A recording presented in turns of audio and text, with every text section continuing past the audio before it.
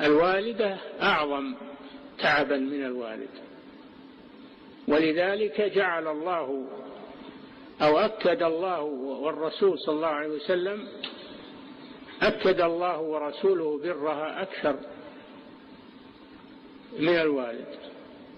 ولهذا قال وصينا الإنسان بوالديه، ثم قال حملته أمه وهنا على وهن وفصاله في عامين.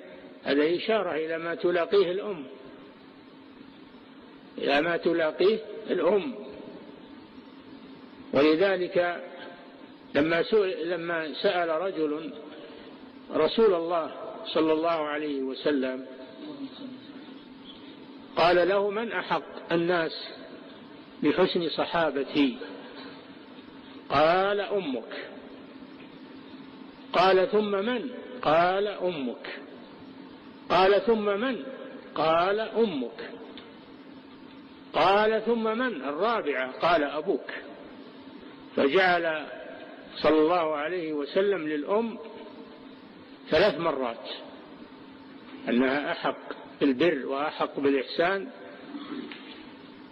وجعل للوالد مرة واحدة من 4، ما يدل لأن الوالدة تقاسي أكثر